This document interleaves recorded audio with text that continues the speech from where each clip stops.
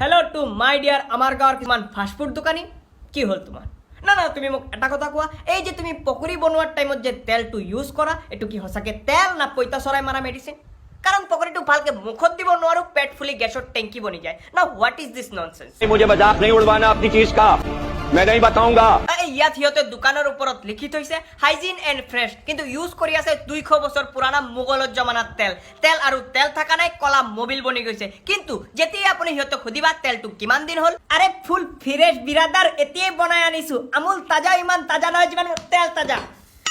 না না না আপুনি বিশ্বাস কৰক মই এক মাহৰ সেভিং বসাই তাৰ দোকানত গৈ ফাস্ট ফুড খাই সব পইচা উৰাই দিও কিন্তু ঘৰ যাওতে যাওতে মোৰ পেটৰ ভিতৰত বিশ্বযুদ্ধ আৰম্ভ হৈ যায় গুৰ কৰি কুটে দিন ৰাতি 24 ঘণ্টা গুলাগুলি চলি থাকে নামত হাইজিন কিন্তু হাইজিনৰ নামত হিয়তে হাগি দিয়ে अच्छा ठीक है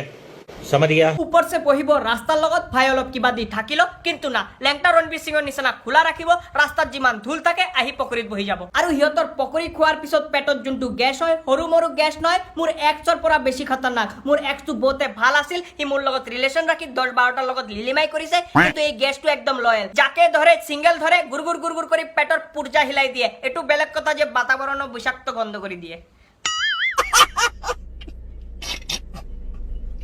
আকো পিছত যেতিয়া তুমি হিয়তক গৈ কমপ্লেইন দিবা যে তোমাৰ পকৰি খাই মোৰ গ্যাস হৈছে হিয়তে জ্ঞান দিব আৰে বিৰাদাৰ মোৰ পকৰা খালে লাইফত সাকসেস হয় চিপ গ্যাস হ'ব পাৰে কিন্তু গ্যাস কেতিয়া হ'ব নোৱাৰে তুমি এটা কাম কৰা তুমি ঠিকছে পানী খোৱা ও হেল্ল মেট্ৰিক ফেল পানী খাই যদি গ্যাসৰ প্ৰবলেম ঠিকে হৈ যায় তো ডক্টৰ বিলাক ইমান পহি গ্যাসৰ টেবলেট নবনালে হয় তোমাৰ চক্কৰত পানী খাই খাই পেটত ইমান পানী জমিছে এতিয়া যদি মই মুতিব যাও গ্যাসটো জাগাতে থাকিব কিন্তু বান পানী আহি যাব हे हरि राम कृष्ण जगन्नाथ प्रेमानंद